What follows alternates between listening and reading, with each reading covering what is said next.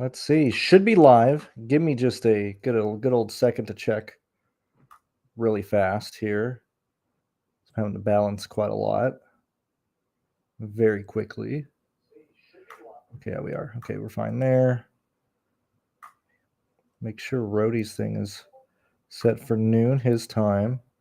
So sorry that I went ahead and bumped the stream up, but Rhodey wanted to go live for UFL and MLB at noon. I assume that's when those two slates are going. So I bumped my stuff up earlier. My projections just went up. I had to deal with some shit over on my end earlier, so I wasn't able to get the projections done as fast as I normally do. So all that stuff is live. I'm currently running lines right now. Good morning, everybody. How are you guys doing? What'd you guys have for breakfast? I had some eggy wags.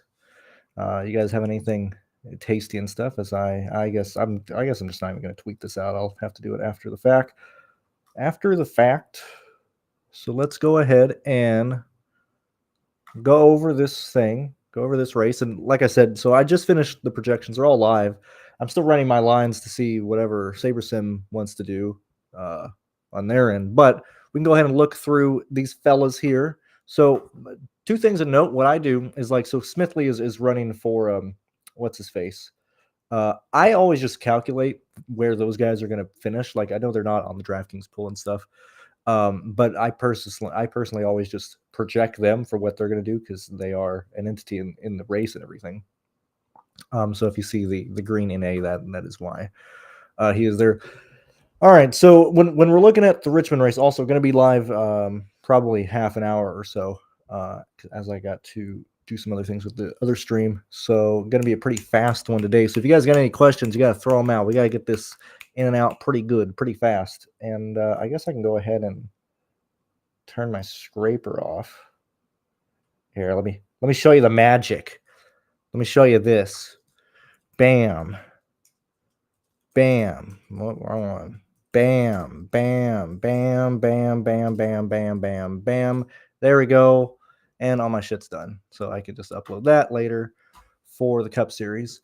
So when we look at this race here, so first off, we need to be aware of all the truly religious fellas in this race. Not everybody's nearly a Christian in this race, but I'm talking about some realistic.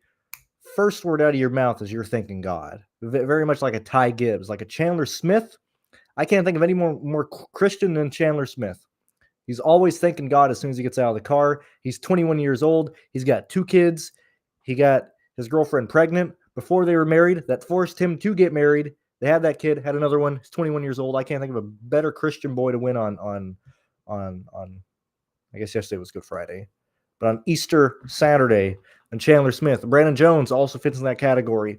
Yet again, where is this speed coming from? It can only be religion. There's no other aspect there.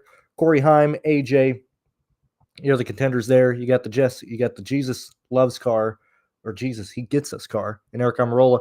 Very quickly, poll in the chat. I'm very curious. If you guys have you seen the AI commercials for he gets us, right?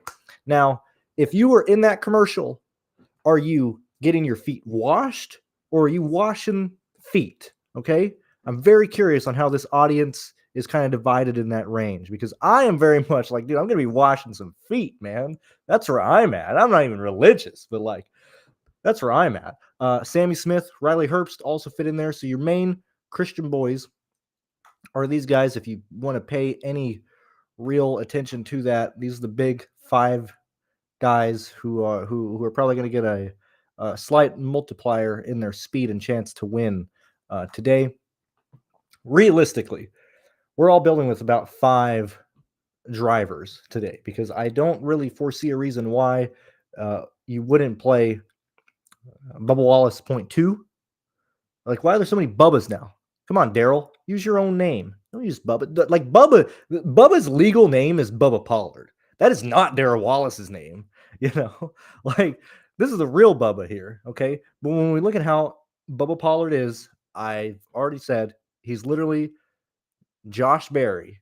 Skill, talent, experience on short tracks times 1.1 multiplier. That's literally it. He's literally what is it on FanDuel? You have like the captain, superstar, bench player, whatever cute names they want to use, and they have different multipliers. This is the 1.1 point multiplier for Bubba. I think he works at 39 at 34 points. Clearly, he hits value right at 40, but like he's not killing your lineup with 38. He's not killing your lineup with 34. He's not killing your lineup with 36. I think you play him and you move on and you build with 5 drivers. That's kind of where I'm at. What's going on? Good morning, Kay. Good morning, Eagles. What's going on, Mike? Who wins this race outright? Probably I would lean towards Cole Custer. When I'm looking at my projected finishers for this race, top 4 guys are Cole Custer, Chandler Smith, Brandon Jones, Justin Allgaier. Actually, not in that order. It would be if you're looking for my specific order. Like I have Custer and Sammy Smith both projected for second, and then Jones and Allgaier both projected for third. But if I had to rank him, it'd be Cole Custer first, Chandler Smith second, Allgaier third, Brandon Jones fourth. Those would be the guys that I would look at. And then I have Eric Almirola for fourth. So those would be my top 5 projected finishers in this race here. Hell yeah, Kyle. Good old another feet washer over here. Thank you very much. I see Kay isn't on that, but at least we got one in the chat over here for that. Okay, I was like, all right, whatever. We got 3 feet washers here. I'll take them any way we can get them here. All right. As we look at how this race is going to break down, I think in terms of laps led and fast laps, like also Parker's, and I thought Parker Retzloff was a Jesus guy, but he didn't mention him at all when he got this pole. Like several other drivers would be mentioning him. Ty Gibbs, first name out of his mouth when he gets the pole. So that's interesting. That I guess I was wrong with Parker. I could have swore he was, but he never gets interviewed. So like whatever. When I look at this race in terms of where we are at, we can go ahead and look at these guys here and make sure that. Let me just make sure, as I just got messaged on Discord. All right, sorry, I had to answer that. When we're looking at the top guys here, and we're looking at Parker, we'll look at Retzloff first. So 2 major things to consider just really fast, I think, in passing. So the fact that Joey Gase spun out literally like a minute into practice is, honestly, this is where I'm at. I think that's pretty significant. Okay. Why is that significant? So as we see, everybody leaves the track and then they basically, most teams at this point, we saw it at Phoenix, we saw it here. Most teams are going out, they're doing 1 lap, or most drivers rather, they're going out doing 1 lap, getting some heat in the tires, and then they do their first like fast lap and stuff. Well, when Joey spun out, we had a ton of people who did their first lap as like either a slow lap or warm-up lap. And then we had other people who were like full bore about to go green and already putting wear on the tires. Like I left the first laps in that were like actually green flag, like speeds, like where they like threw it into turn 1 and they were either in turn 3 or down the back straightaway when the yellow came out. So like Baird was on that. Herbst had just gone on that. Sheldon Creed had just started his first lap on that.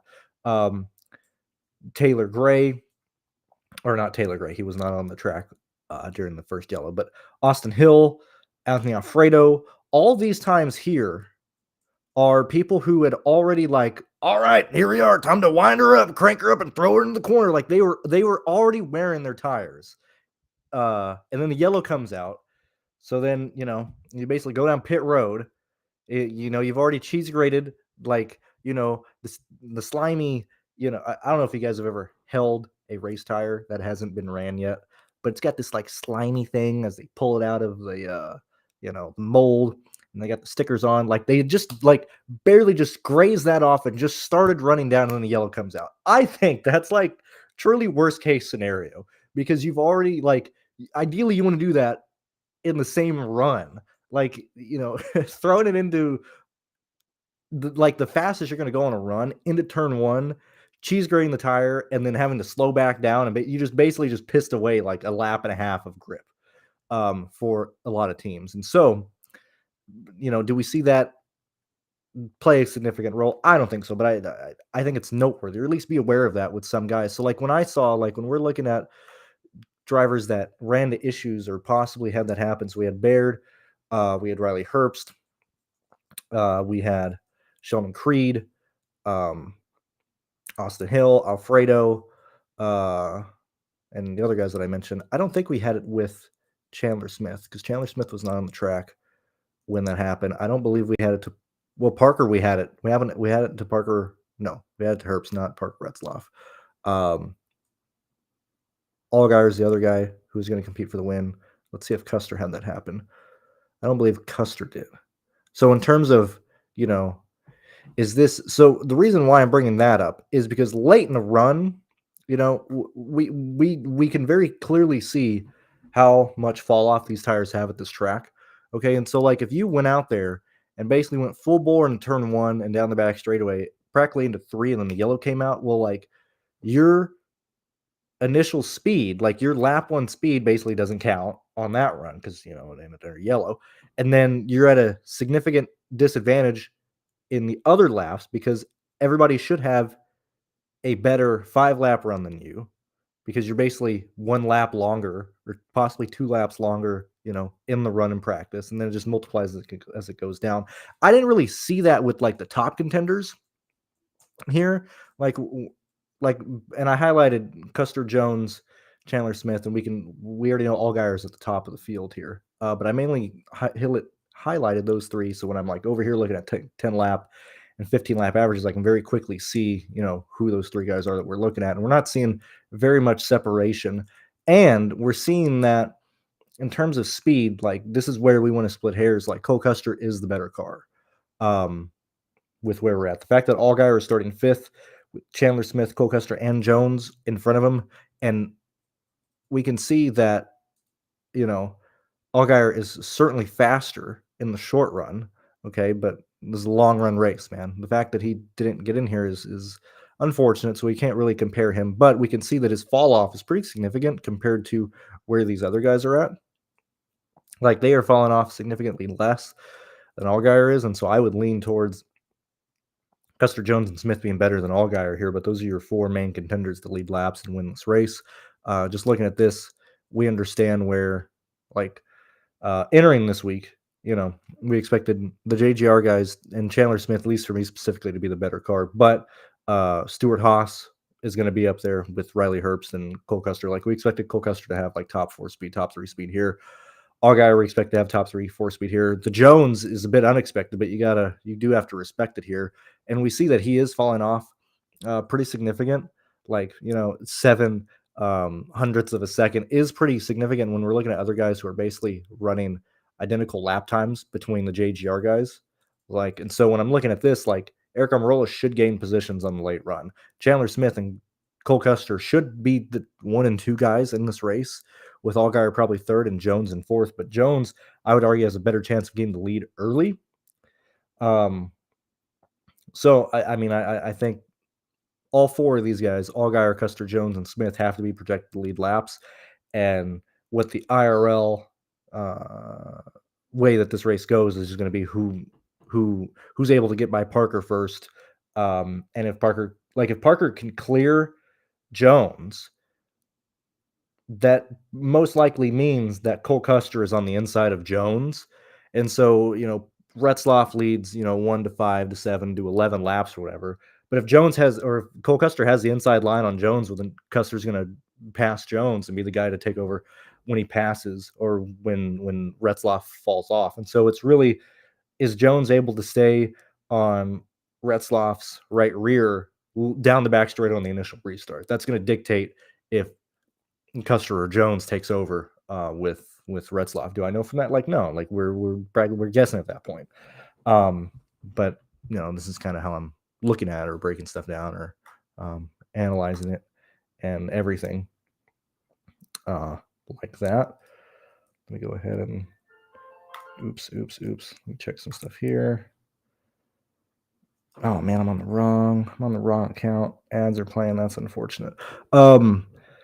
Anyway, as we move on and we look at where place differential is going to come through, and especially in this race, once we're identifying that we at least want two of these major Ford lap leaders, which I'm going to lean towards probably Cole Custer and Chandler Smith. That's where I'm going to go. Now, I'm not doing that many laps because I've had the freaking worst DFS NASCAR start ever. So at this point, I'm like, all right, I'm backing up and just waiting for Texas, waiting for Talladega, I'm waiting for the 1.5 like month and a half stretch that we have coming up here. So I'm personally not entering that many lines today. But when I'm looking at my highest projected lines, it's wanting me to chase three of these guys, and mainly because Jones is at 8,300 and you can fit him in as a lap leader. I'm not entirely a big fan of that approach here because, yet again, like Jones having speed here is significant because he typically doesn't have speeds. Like this practice speed actually does need to be respected. When we look at his laps compared to where's Allgaier at? So we got Allgaier, Chandler Smith, where's Cole? So we got these three. We got these three Goombas. Got these three Goombas here. I'm gonna stay on Jones. Like this is what is concerning. So basically, I mean, at this point, we're all running identical laps. Outside of so these guys, none of these guys were affected on the yellow early by Gase, and so basically all these are pretty even laps to pay attention to. And we see that Jones is having pretty significant fall off. Now, I say this 107 is in traffic because we see that he's very easily able to go back to 109 and stuff, but then he does fall off. Like he's actually back in the true 109s and stuff on fall off alone, whereas Chandler Smith and everybody is still at 110, 19. He's barely hitting 109s here. Now, yet again, we could argue that Chandler Smith may not have been in as much traffic as Jones was in, but I think you got to at least respect the long run fall off and the fact that we have seen more consistent speed out of the JGR guys, not just here at Richmond, but lately compared to Junior Motorsports as a whole. Whereas like basically Allgaier has just been the catalyst for that whole team. But yet again, we're like, look at these speeds. Like yet again, this might be late in traffic and certainly late in the practice, but like just straight up 113.8 for Chandler, 113.4 for Allgaier. Like we're seeing that Chandler Smith has just mainly better speed than Allgaier consistently. And then when we compare, Cole Custer and Chandler Smith and stuff, where I think these guys are much more on the field that I think these guys are much more going to be head to head in this race versus Allgaier and stuff. And so for me, where I'm at, like if I was building a lot of lines, I would chase Jones and probably 30%, 25% to be over the field because I don't think anybody's going to play Brandon Jones today. And yet again, he's a Jesus driver. Like, I mean, you got to play those guys on a day like this. But I'm personally going to chase Cole Custer and Chandler Smith. And the other major thing is Brandon Jones is he's competing directly against Bubba Pollard. So like if you don't want to be on Bubba Pollard, I think you would play Brandon Jones. Like clearly that's the pivot you would go to. But I just think Pollard is a much safer play here. And so now that SaberSim is done calculating my stuff, I go ahead and remove Jones. What are these lineups looking like? So it is very much Chandler Smith, Cole Custer, and then place differential. So like I don't really have much to add on to that, as that's kind of what I figured we'd be looking at here, especially with how bad some of these guys end up performing here. Like when we start looking at guys that are viable, I think Kligerman has true viability here. Eric Almirola is going to be priced out just based on his 10-3. He would have to take over for Custer or Chandler Smith to realistically work. But once we start moving down and looking at people who are projected to gain at least 12 place differential plays or positions or more that you can fit in with a lineup. Like Sheldon Creed fits that description, but yet again, he's 10,000. He works primarily if we have, your initial lap leaders run into issues here. And so, like, yet again, if you're building a lot of lineups, which is usually what I do, I would have probably 2 to 3 lineups with Sheldon Creed built with what people would argue is a one dominator type of lineup. I'm like, just stop using dominator. Like, that's such an archaic word, but that's the build. Like, I would build specifically with like Cole Custer and Sheldon Creed. Like, those would be only 2 10K guys that I would use, or Chandler Smith and Sheldon Creed, etc. But guys that are like actually able to pass people and get through the field, like Josh Williams, can this guy even finish a race? Can he even like do anything in this car? I would say no. This guy kind of sucks. We all know this guy's a bit of a fraud, and if he doesn't park it at Atlanta, is he even in this ride? No, but he's $6,600. When we look at his lap times, so let's go ahead and take a gander. Oops, not that. Let's take a gander at Josh Williams. And we're looking at where he's at on average. He's right at 22nd. Okay. When we're looking at his laps, yes, he's fallen off, but compared to the people that he's starting around, he has a much better car in the short run, which is going to be important because then you can get around people. When we look at Josh Williams here, looking at his 15, he's 18th or he's 8th on average and 15th, 8th on 20. But this isn't necessarily important because he's not racing directly against these guys. He is racing with the rest of the field compared to where he's starting. Josh Williams is starting 26th. This alone can say can show we don't need anything crazy, Josh. Just get to like 17th and you'll be fine. 17th, 18th. Like, this car can do that. Can you do that, Josh? I don't know because you haven't been able to do anything this year, but I like Josh Williams as a DFS play, so I'm probably going to be playing him. When we look at Taylor Gray, first ever time in this car, first ever time in this series. When we look at this, hey, he's 6th fast on 15th. Is he going to finish 6th? No, but we don't need him to. We just need him to score right around like 42 to 40 points, 43 points. That's going to be fine. He's starting 27th. I don't see a reason why he doesn't do that outside of a wreck. And so when I'm building, I'm looking at Chandler Smith, Cole Custer, people like Taylor Gray, people like Josh Williams, Bubba Pollard, and people like that. Once we continue, we need to look at values and different plays to finish those lineups and stuff.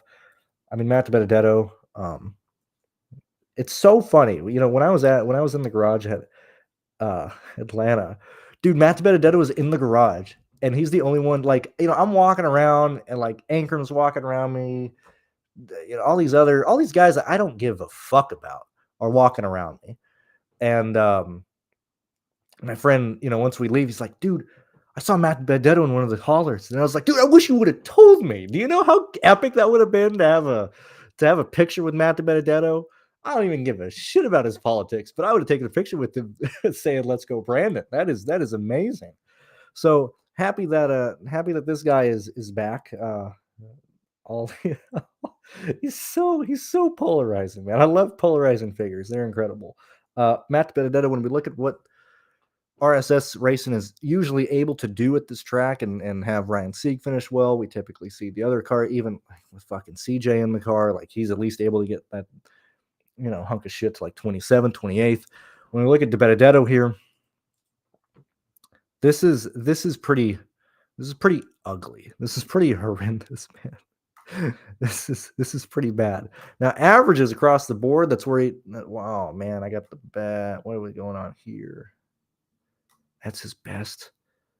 This car is he's so bad, dude. This guy is so bad. But averages right at like 20th, 21st, 22nd, right where we're at here. That's gross, but he gains 10. What is that? 10 positions will be like 32. I got him gaining, right around like 11, 12. That's 34. It doesn't kill your lineups, but specifically when we're looking at the back of the field here, and you're looking at, if you have my projections, you see what I'm talking about. Is I have a lot of guys projected for either mid 30s, 30s, or high 20s, and the fact that we're right at 7,200 for Matt DiBenedetto, especially if you either don't want Josh Williams or you want to get different by playing, by getting off Bubba or whatever you want to do. Like, I think, oh, dude, What'd you do, Sam? Why'd you retract your message, man? I'm getting through the chat. I don't like people deleting messages. Anyway, when we're looking at DeBenedetto at 7,200, I think he's perfectly fine. Like those are clearly like the clear like place differential plays would end up being like Bubba, Matt DeBenedetto, Josh Williams. Like those are your main three guys that I would argue that most people are going to go to. Now, how do you get different?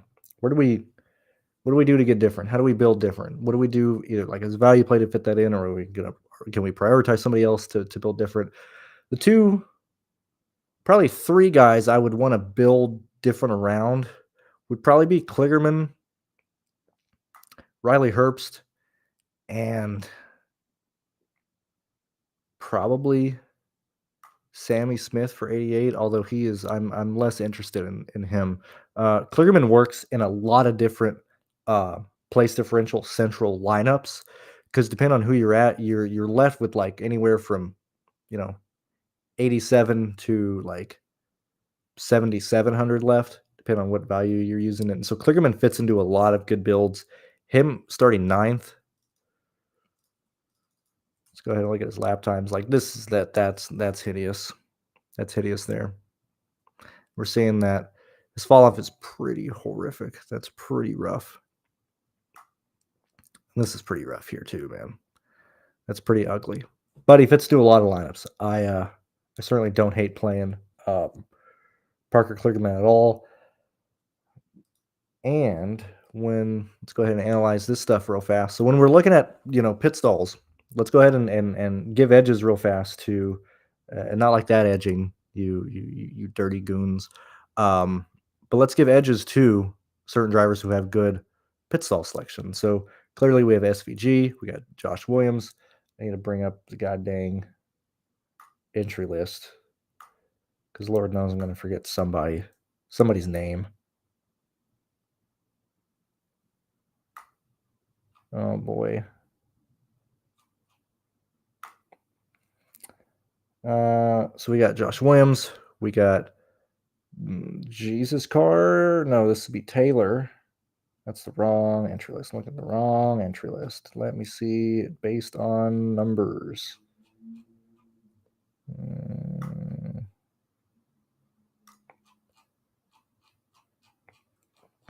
Give me a minute.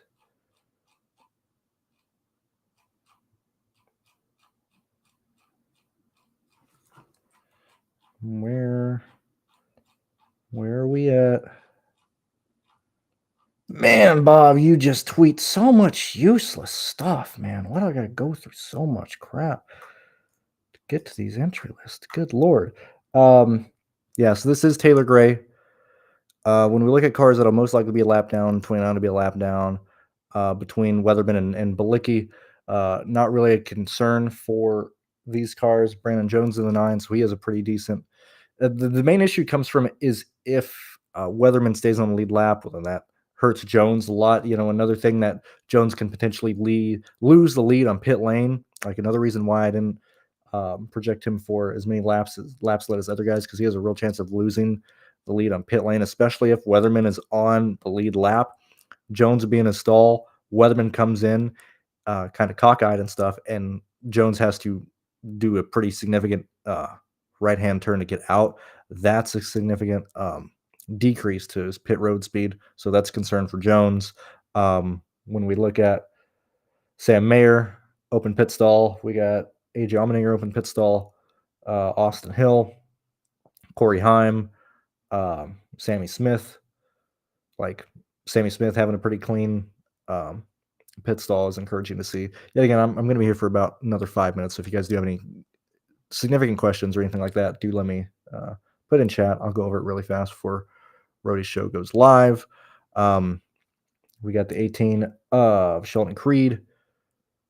And that's mainly the main significant ones. Like we don't have to worry about Allgaier because both these idiots are going to be a lap down. Or, I mean, Clements will be behind him, so that doesn't even matter. Kligerman most likely going to be, well, he can certainly aim for Clements being in his pit stall, so that's not an issue.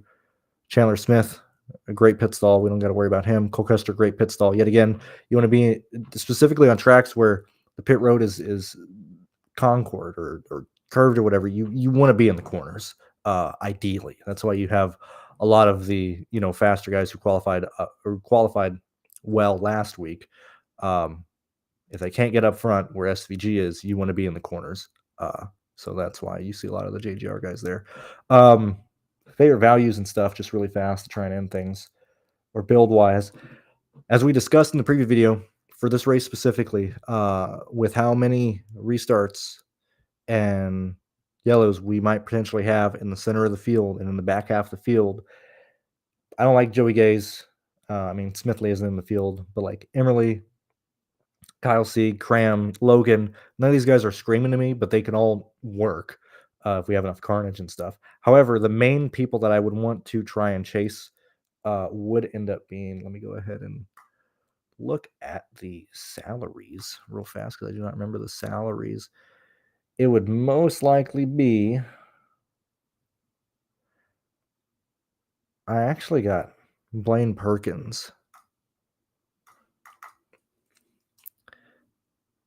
as one of the better guys here, which is mainly based on his 15-lap run compared to the rest of the guys who he's going to be racing with, who have pretty significant fall off here. So yet again, he has a slow average, very, very bad average, but he actually hey, these idiots are like, hey, it's probably going to be a long run race. What if we actually just see what our car does in the long run here, And seeing that, look, he's actually not that far off of, Kyle Sieg is going to be racing right beside him, but he's actually not that far off of these other cars and stuff. And I would probably give the lean to him, at least keeping a running position inside the top 26.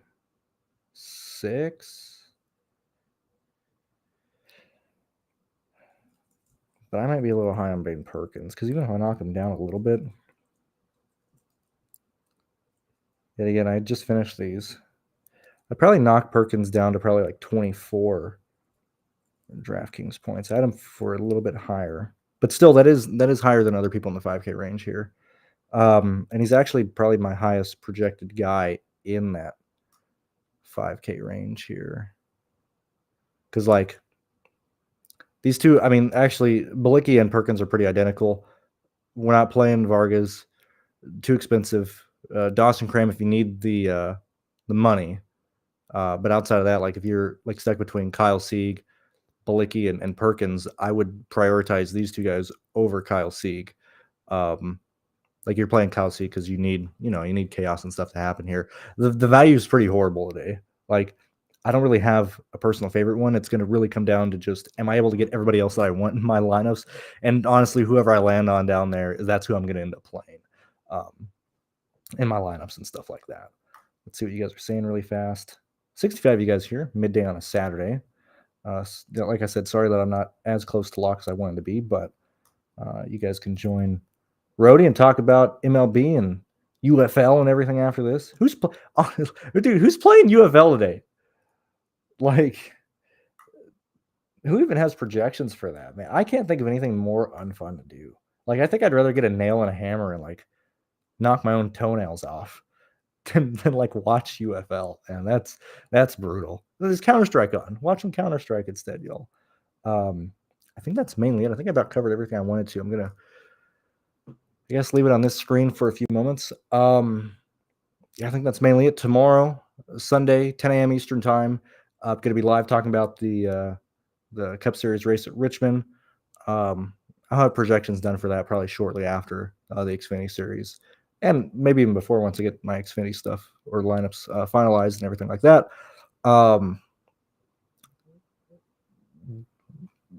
It's honestly what Retzlaff does to start the race is going to determine how viable Jones is. I don't think Jones has a chance leading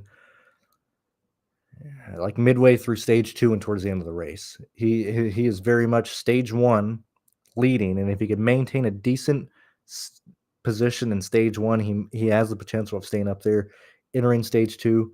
But Brandon Jones and Chandler Smith are the main guys that I'm going to go with today. So I will leave you guys with that, and I'll let you guys enjoy Rody in about 4 or 5 minutes. So I'll see you guys tomorrow. Best of luck. See ya.